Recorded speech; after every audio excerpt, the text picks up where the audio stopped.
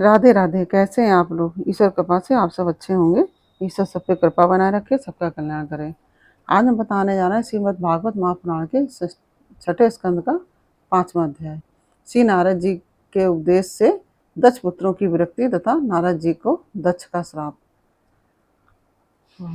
इसके पहले हम कहना चाहेंगे, यदि आपने हमारे चैनल को सब्सक्राइब नहीं किया तो प्लीज़ हमारे चैनल को सब्सक्राइब कर लीजिए और बेल आइकन बटन अवश्य दबा दीजिए, जिससे कि हमारे आने वाले सारे वीडियोस आपको प्राप्त हो सकें। तो यदि आपको हमारी कथा पसंद आ रही है तो वीडियो को लाइक शेयर अवश्य कीजिए और कमेंट में राधे राधे अवश्य लिखिए। चलिए अब चलते हैं कथा की तरफ। श्रीमन्नारायण नारायण हरि हरि भजमन नारायण नारायण हरि हरि, तेरी लीला सबसे प्यारी प्यारी, हरि हरि तेरी लीला सबसे न्यारी न्यारी, हरि हरि श्रीमन्नारायण नारायण हरि हरि भजमन नारायण नारायण हरि हरि। राधे राधे। बोलो कृष्ण कन्हैया लाल की जय। श्री सुखदेव जी कहते हैं, परीक्षित, भगवान के शक्ति संचार से दक्ष प्रजापति परम समर्थ हो गए थे।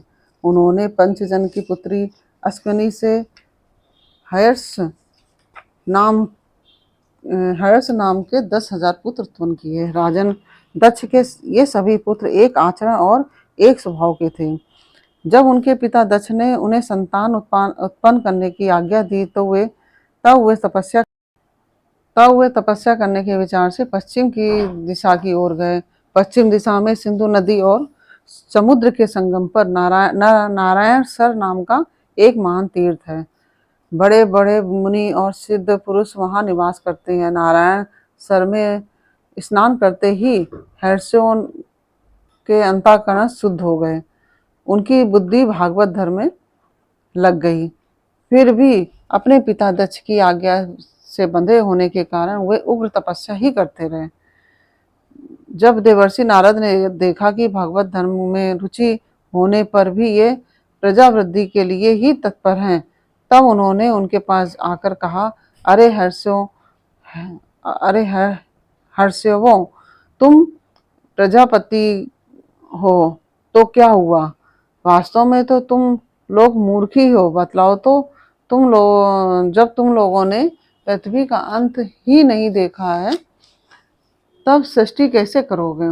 बड़े खेद की बात है। देखो, एक ऐसा देश है जिसमें एक ही पुरुष है, एक ऐसा बिल है जिसमें बाहर निकलने का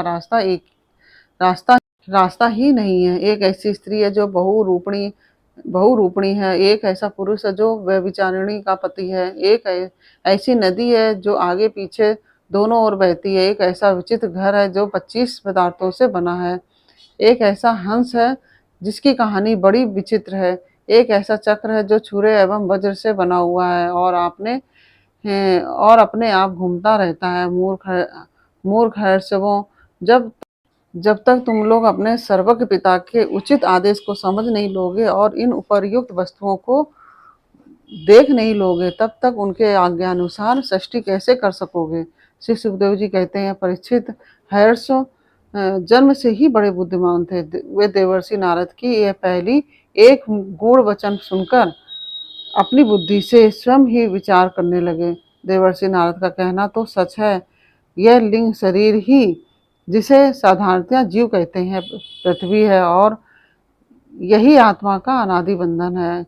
इसका अंत विनाश देखे बिना मोक्ष के अनुपयोगी कर्मों में लगे रहने से क्या लाभ?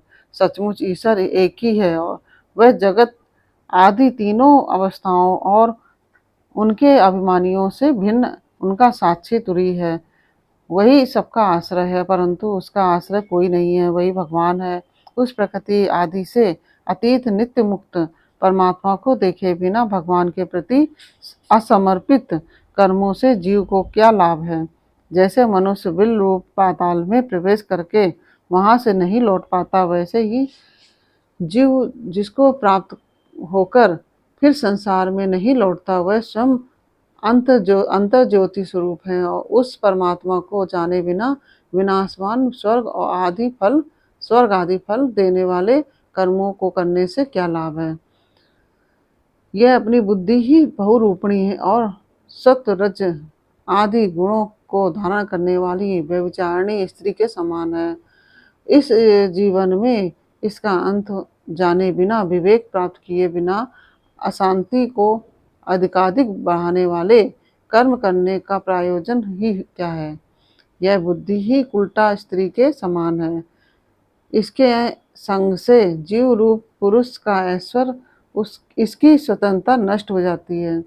इसी के पीछे पीछे वह उल्टा स्त्री के पति की भांति न जाने कहाँ कहाँ भटक रहा है और इसकी विभिन्न गतियों चालों को जाने बिना ही विवेक रहित कर्मों से क्या सिद्धि मिलेगी। माया ही दोनों ओर बहने वाली नदी है और सृष्टि भी करती हैं और प्रलय भी।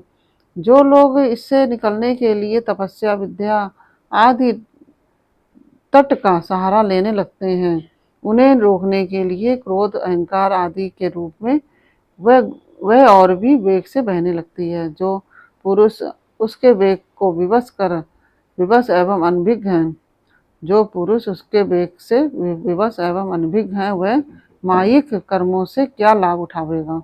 25 तत्व ही एक अद्भुत घर है। पुरुष उनका आश्चर्यमय आश्रय है, वही समस्त कारणात्मक जगत का अधिष्ठाता है।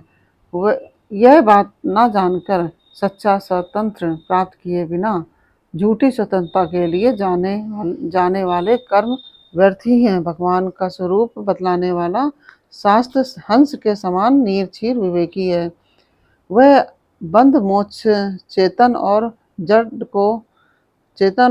को अलग अलग करके दिखा देता है। ऐसे आध्यात्म शास्त्र रूप हंस का आश्रय छोड़कर उसे जाने बिना बहिमुख बनाने वाले कर्मों से लाभ ही क्या है। यह काल ही एक चक्र है, यह निरंतर घूमता रहता है। इसकी धार छुरे और वज्र के समान तीखी है। यह सारे जगत को अपनी ओर खींच रहा है। इसको रोकने वाला कोई नहीं है। यह परम स्वतंत्र है। यह बात न जानकर कर्मों के फल को नित्य समझकर जो लोग सकाम भाव से उसका अनुष्ठान करते हैं, उन्हें उन अनित्य कर्मों से क्या लाभ होगा। शास्त्र ही पिता है, क्योंकि दूसरा जन्म शास्त्र के द्वारा ही होता है और उसका आदेश कर्मों में लगना नहीं, उससे निवृत्त होना है। इसे जो नहीं जानता वह गुणमय शब्द आदि विषयों पर विश्वास कर लेता है। अब वह कर्मों से निवृत्त होने की आज्ञा का पालन भला कैसे कर सकता है। परीक्षित, हर्षवों ने एक मत से यही निश्चय किया कि और नारद जी की परिक्रमा करके हर्षवों ने एक मत से यही निश्चय किया और नारद जी की परिक्रमा करके वे उस मोक्ष पथ के पथिक बन गए, जिस पर चलकर फिर लौटना नहीं पड़ता। इसके बाद देवर्षि नारद स्वर ब्रह्म में संगीत लहरी में अव्यक्त हुए भगवान श्री कृष्ण चंद्र के चरण कमलों में अपने चित्त को अखंड रूप से स्थिर करके लोकांतर में विचरण करने लगे। परीक्षित, जब दक्ष प्रजापति को मालूम हुआ कि मेरे शीलवान पुत्र नारद के उपदेश से कर्तव्यच्युत हो गए हैं, तब वे शोक में व्याकुल हो गए। उन्हें बड़ा पश्चाताप हुआ। सचमुच अच्छी संतान का होना भी शोक का ही कारण है। ब्रह्मा जी ने दक्ष प्रजापति को बड़ी सांत्वना दी। तब उन्होंने पंचजन नंदिनी अश्विनी के गर्भ से 1000 पुत्र और उत्पन्न किए। उनका नाम था सबलाश्व। वे भी अपने पिता दक्ष प्रजापति की आज्ञा पाकर प्रजा सृष्टि के उद्देश्य से तप करने के लिए उसी नारायण सरोवर पर गए, जहाँ जाकर उनके बड़े भाइयों ने सिद्धि प्राप्त की थी। सब लाशवों ने वहां जाकर उस सरोवर में स्नान किया। स्नान मात्र से ही उनके अंतःकरण के सारे मल धुल गए। अब वे परब्रह्म स्वरूप प्रणव का जप करते हुए महान तपस्या में लग गए।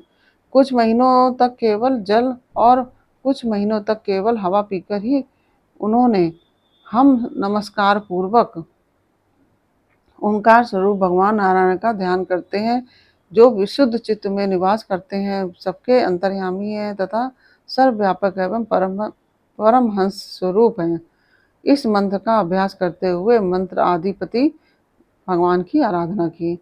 परीक्षित इस प्रकार दक्ष के पुत्र सबलाश्व प्रजासृष्टि के लिए तपस्या में संलग्न थे। उनके पास भी देवर्षि नारद आए और उन्होंने पहले के समान ही कूट वचन कहे। उन्होंने कहा, दक्ष प्रजापति के पुत्रों, मैं तुम लोगों को जो उपदेश देता हूँ उसे सुनो। तुम लोग तो अपने भाइयों से बड़ा प्रेम करते हो, इसलिए उनके मार्ग का अनुसंधान करो। जो धर्मज्ञ भाई अपने बड़े भाइयों के श्रेष्ठ मार्ग का अनुसरण करता है, वही सच्चा भाई है। वह पूर्णवान पुरुष परलोक में मरुद गणों के साथ आनंद भोगता है। परीक्षित सबलाश्वों को इस प्रकार उपदेश देकर देवर्षि नारद वहां से चले गए और उन लोगों ने भी अपने भाइयों के मार्ग का ही अनुगमन किया, क्योंकि नारद जी का दर्शन कभी व्यर्थ नहीं जाता है। वे उस पथ के पथिक बने जो अंतर्मुखी वृत्ति से प्राप्त होने योग्य अत्यंत सुंदर और भगवत प्राप्ति के अनुकूल है। वे बीती हुई रात्रियों के समान न तो उस मार्ग से अब तक लौटे हैं और न आगे लौटेंगे ही। दक्ष प्रजापति ने देखा कि आजकल बहुत से अपशगुन हो रहे हैं। उनके चित्त में पुत्रों के अनिष्ट की आशंका हो गई। उनके चित्त में अनिष्ट की आशंका हो आई। इतने में ही उन्हें मालूम हुआ कि पहले की भांति अब की बार भी नारद जी मेरे पुत्रों को चौपट कर दिया है। नारद जी ने मेरे पुत्रों को चौपट कर दिया है। उन्हें अपने पुत्रों की कर्तव्यच्युति से बड़ा शोक हुआ और वे नारद जी पर बड़े क्रोधित हुए। उनके मिलने पर क्रोध के मारे दक्ष प्रजापति के ओंठ फड़कने लगे और वे आवेश में भरकर नारद जी से बोले। दक्ष प्रजापति ने कहा, ओ दुष्ट, तुमने झूठ मूठ साधुओं का बाना पहन रखा है। हमारे भोले भाले बालकों को भिक्षुकों का मार्ग दिखाकर तुमने हमारा बड़ा अपकार किया है। अभी उन्होंने ब्रह्मचर्य से ऋषिगण, यज्ञ से उन्होंने ब्रह्मचर्य से ऋषि ऋण और यज्ञ से देव ऋण और पुत्रोत्पत्ति से पितृ ऋण नहीं उतारा था, तो उन्हें अभी कर्म फल की नश्वरता के संबंध में भी कुछ विचार नहीं था। परंतु पापात्मन तुमने उनके दोनों लोकों का सुख चौपट कर दिया। सचमुच तुम्हारे हृदय में दया का नाम भी नहीं है। तुम इस प्रकार बच्चों की बुद्धि बिगाड़ते फिरते हो। तुमने भगवान के पार्षदों में रहकर उनकी कीर्ति में कलंक ही लगाया है। सचमुच तुम बड़े निर्लज हो। मैं जानता हूँ कि भगवान के पार्षद सदा सर्वदा दुखी प्राणियों पर दया करने के लिए व्यग्र रहते हैं, परंतु तुम प्रेम भाव का विनाश करने वाले हो। तुम उन लोगों से भी वैर करते हो जो किसी से वैर नहीं करते। यदि तुम ऐसा समझते हो कि वैराग्य से ही स्नेह पास विषयासक्ति का बंधन कर सकता है, तो तुम्हारा यह विचार ठीक नहीं है, क्योंकि तुम्हारे जैसे झूठ मूठ वैराग्य का स्वांग भरने वाले से वैराग्य का स्वांग भरने वालों से किसी को वैराग्य नहीं हो सकता। नारद मनुष्य विषयों का अनुभव किए बिना उनकी कटुता नहीं जान सकता, इसलिए उनकी दुख रूपता का अनुभव होने पर स्वयं जैसा वैराग्य होता है वैसा दूसरों के बहकाने से नहीं होता। हम लोग सद्गृहस्थ हैं, अपनी धर्म मर्यादा का पालन करते हैं। एक बार पहले भी तुमने हमारा असह्य अपकार किया था, तब हमने उसे सह लिया। तुम तो हमारी वंश परंपरा का उच्छेद करने पर ही उतारू हो गए हो। तुमने फिर हमारे साथ वही दुष्टता का व्यवहार किया है, इसलिए मुड़ जाओ, लोकांतरों में भटकते रहो, कहीं भी तुम्हारे लिए ठहरने का ठौर नहीं होगी। श्री सुखदेव जी कहते हैं, परीक्षित, संत शिरोमणि देवर्षि नारद ने बहुत अच्छा कहकर दक्ष का शाप स्वीकार कर लिया। संसार में बस साधुता इसी का नाम है कि बदला लेने की शक्ति रहने पर भी दूसरे का किया हुआ अपकार सह लिया जाए। इस प्रकार यह 5वां अध्याय पूर्ण हुआ। श्रीमन नारायण नारायण हरि हरि भजमन नारायण नारायण हरि हरि तेरी लीला सबसे प्यारी प्यारी हरि हरि तेरी लीला सबसे न्यारी न्यारी हरि हरि श्रीमन नारायण नारायण हरि हरि भजमन नारायण नारायण हरि हरि। राधे राधे।